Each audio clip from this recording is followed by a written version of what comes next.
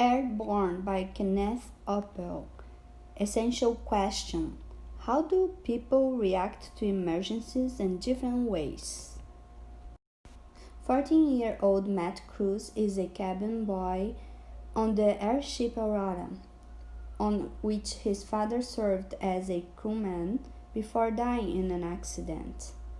As the Aurora flies over a vast ocean, Matt, in the crow's nest, spots a hot air balloon drifting dangerously near.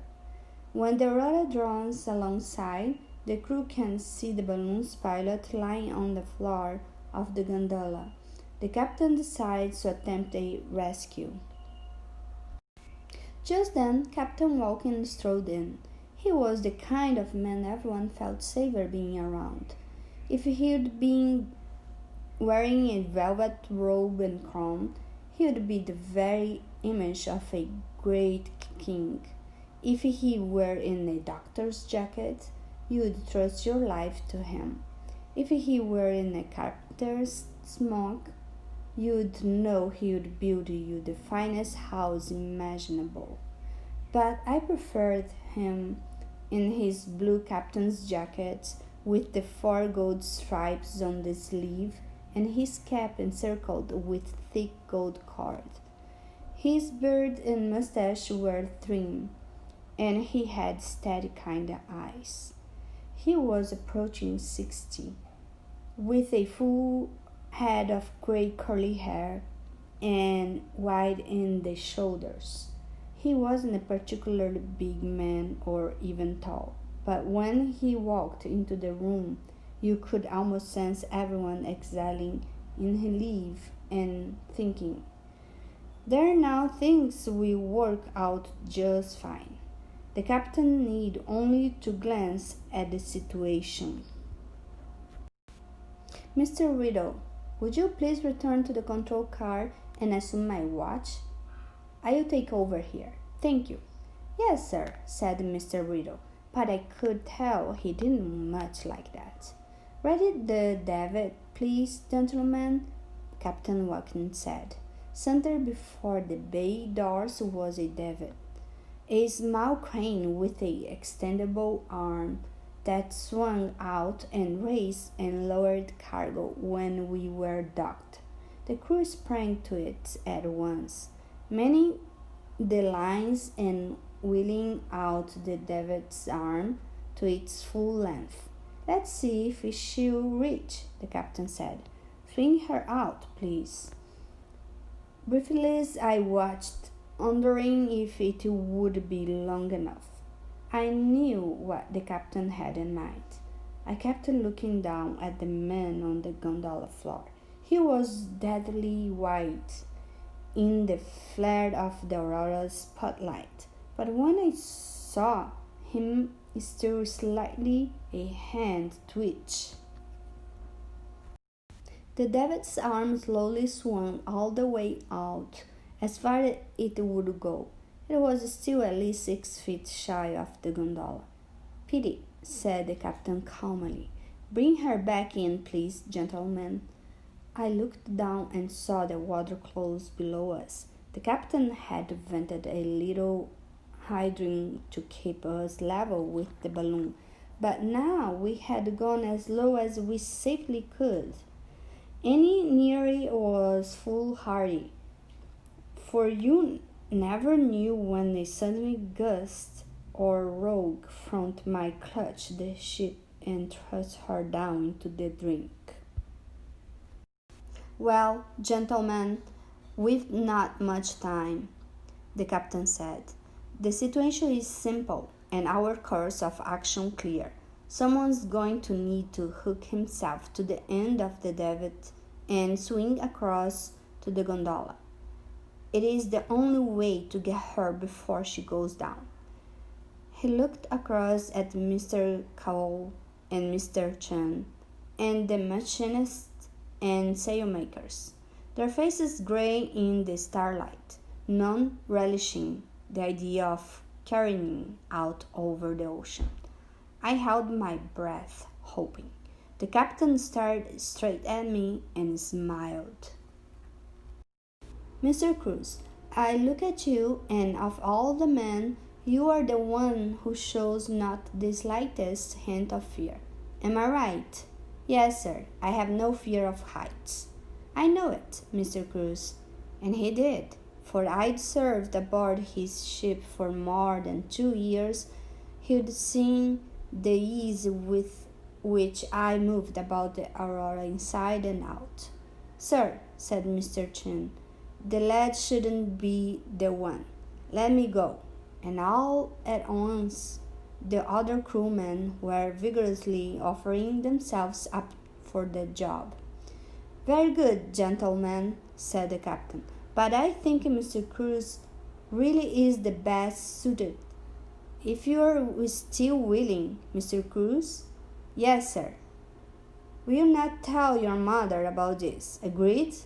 I smiled and gave a nod. Is your harness snug? It is, sir. I was glowing with pride and hoped the others wouldn't see the flush of my cheeks. The captain came and checked my harness himself, his strong hands testing the straps and buckles. Be careful, lad, he told me quietly, then stepped back. All right, Mr. Cruz. Hook yourself up to the davit and we'll swing you over.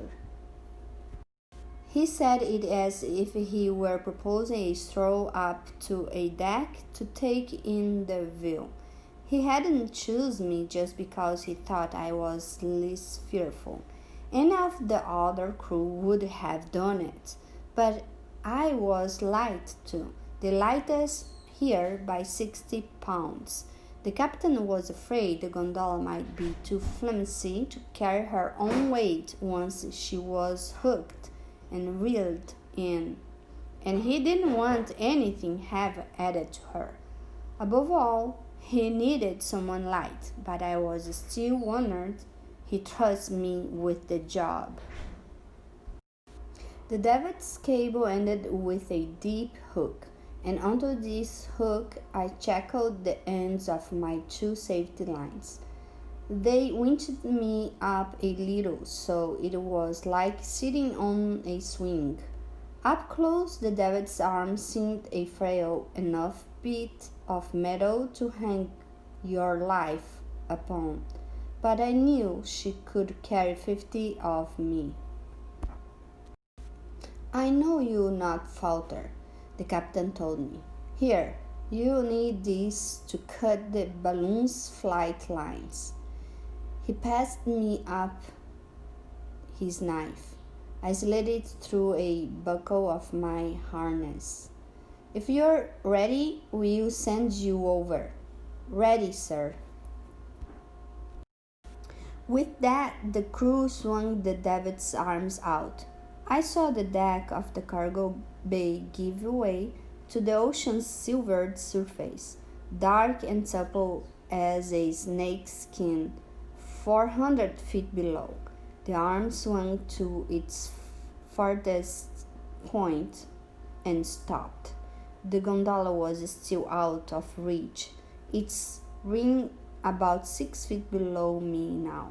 Inside, the man shifted again, and I thought he moaned, but that might have been the wind or the creak of the cable unwinding, or maybe some whale song out to sea. Lower me some, please, I called over my shoulder. Looking back at the ship did give me a moment's pause. It wasn't fear, more interest, really. Just the oddness of it. I'd never seen the Aurora from this angle. Me dangling mid-air, the crewmen standing on the lip of the deck, staring down at me through the open cargo bay doors. They paid out more cable until I was at the same level as the gondola, not 6 feet away. I felt no fear. If someone had put an ear to my chest, he'd find it beating no faster than it had in the crow's nest. It was not bravery on my part, simply a fact of nature. for I was born in the air, and so it seemed the most natural place in the world to me. I was slim as a sapling and light on my feet. The crew all joked I had seagull bones, hollow in the center to allow for easy flight. To swing across this little gap, 400 feet aloft, was no more to me than skipping a crack in the pavement. Because deep in my heart, I felt that if I were ever to fall, the air would support me, hold me aloft just as surely as it did a bird with spread wings. There was a bit of breeze building now, twirling me some at the end of the cable. I grabbed both of my safety lines and started pumping my legs. A youngster on a playground swing, back and forth, at the forward end of my arc. When I looked down, I figured I was almost over the rim of the gondola. Just a little more. Back I went, legs folded tight. Then, that moment when you are almost motionless, just hanging there for a split second before you start swinging forward again. "Let's run the line," I shouted. I kicked forward, body flat, legs shooting out, and felt myself drop suddenly, and keep dropping. I sat up quickly as the cable played out, and I was slanting down toward the gondola fast, but falling short. I flung myself forward, stretching, and just hooked my forearms over the gondola's lip. My body slammed into the side, scratching my face against the wicker and knocking all my breath out. It took a moment to suck some air into me. My arms sank with pain. I heard the crew above in the rudder cheering me. I heaved myself up, scrambling with my feet for purchase, and they crashed over into the gondola beside the man. But there was no time to tend to him. I stood, grabbed hold of the devil's hook, and unshackled my two safety lines. Then I cast about for somewhere secure to attach the hook. It had to be something strong, for it would be bearing the gondola's entire weight once I cut the balloon free. Above my head was a metal frame that supported the burners. The frame had 4 metal struts that were welded to the gondola's iron rim. It all seemed a little rickety, but it would have to be good enough. I saw nothing better. I curled the hook around the burner frame, as close to its center as I could manage. "Reel her in," I bellowed up at the Aurora. I saw the line quickly swing up and become taut. The hook grabbed.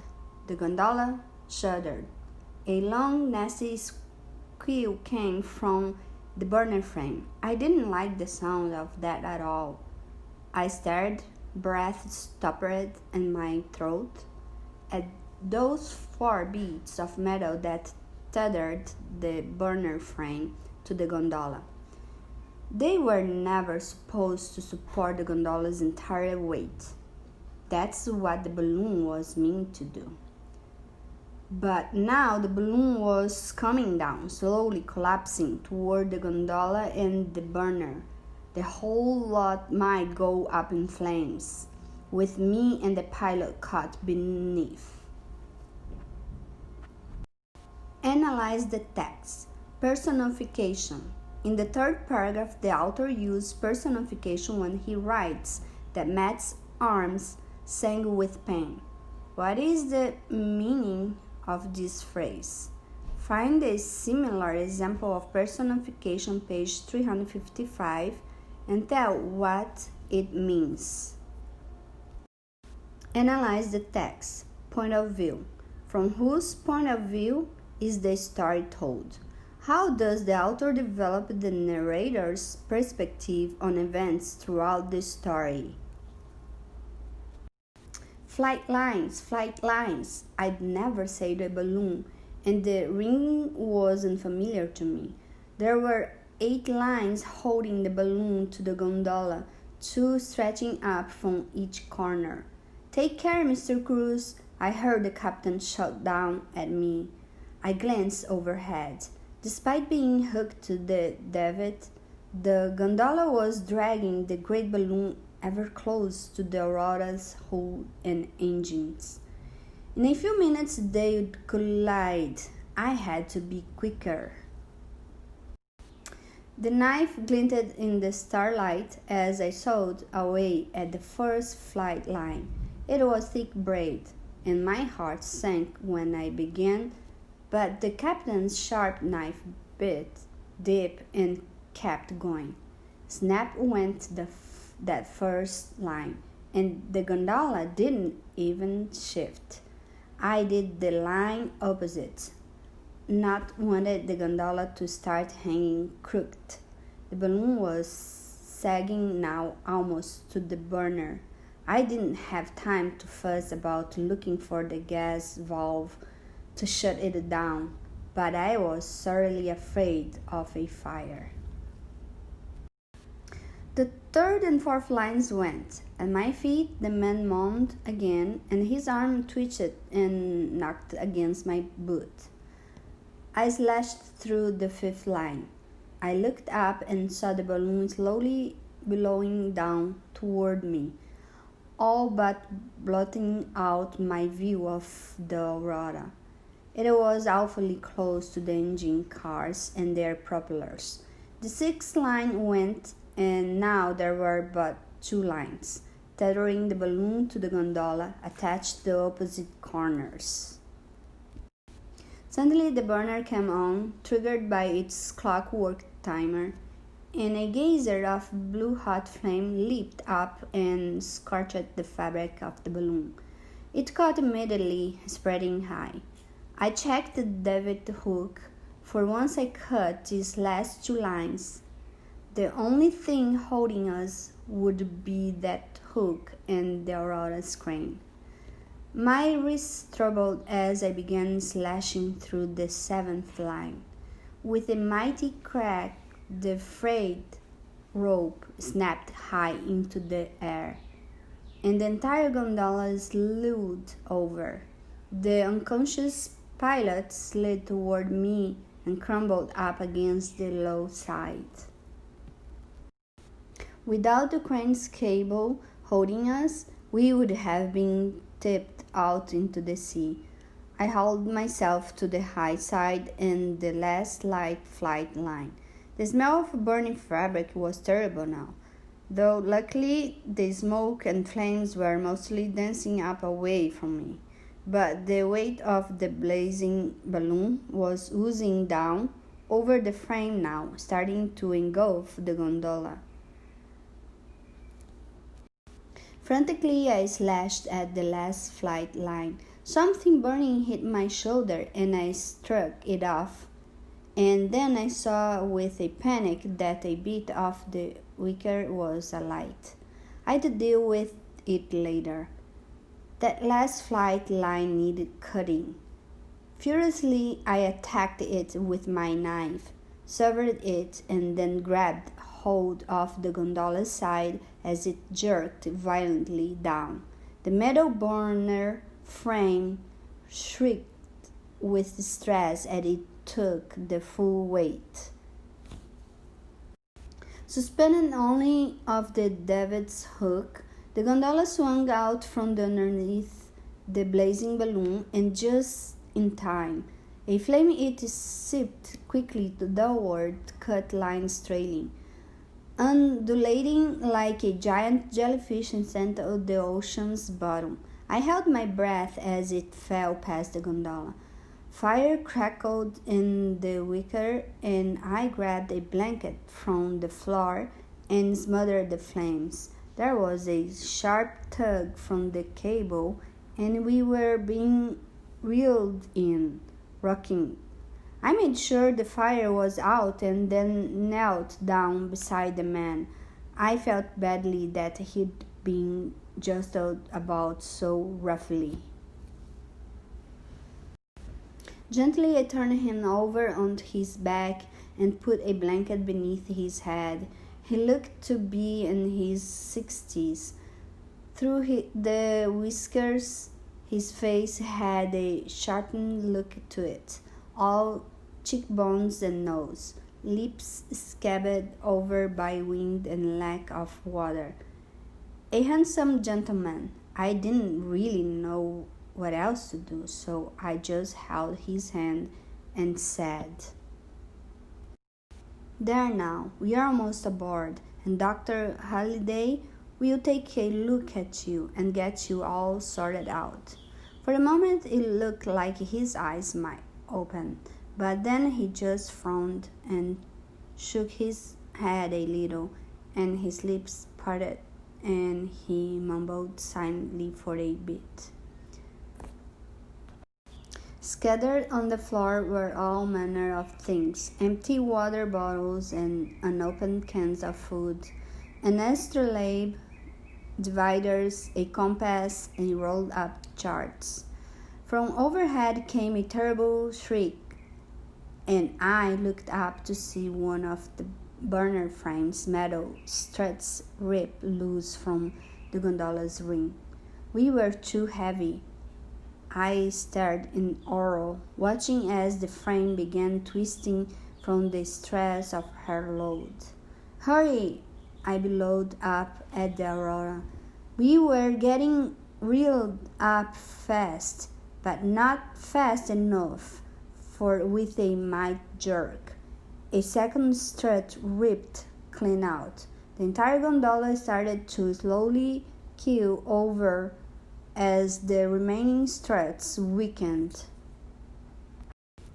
We were level with the cargo bay now, but still needed to be swung inside, and the gondola was slewing over, about to dump us into the drink. The metal frame was groaning and shrieking. I grabbed hold of the gondola's side with one hand and the man's wrist with the other, knowing I had not the strength to hold us both in with the gondola tried to tip us out. I looked up and saw the hook screeching along the burner frame, sparking about to come off the ripped metal strut, and we would surely fall.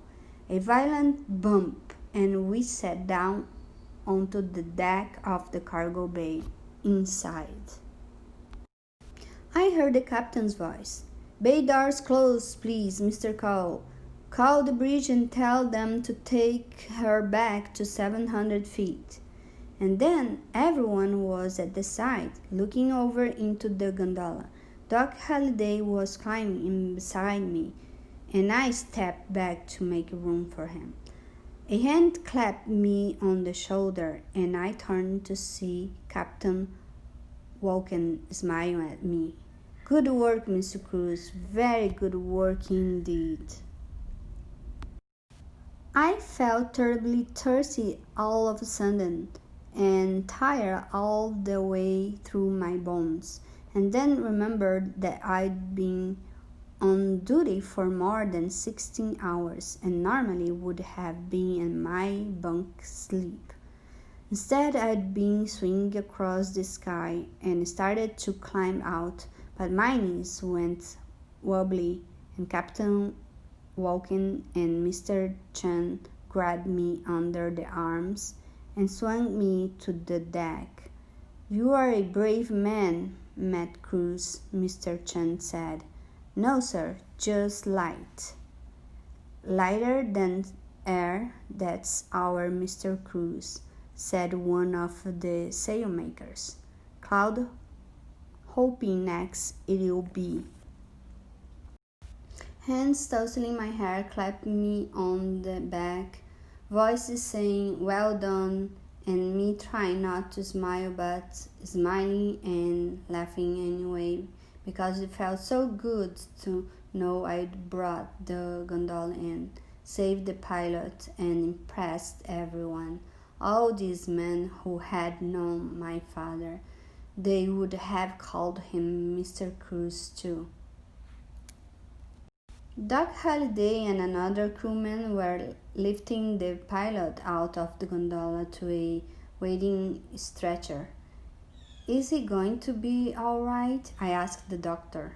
I don't know yet, was all Doc Halliday answered, and his young face looked so grave I felt a queer squeeze in my stomach.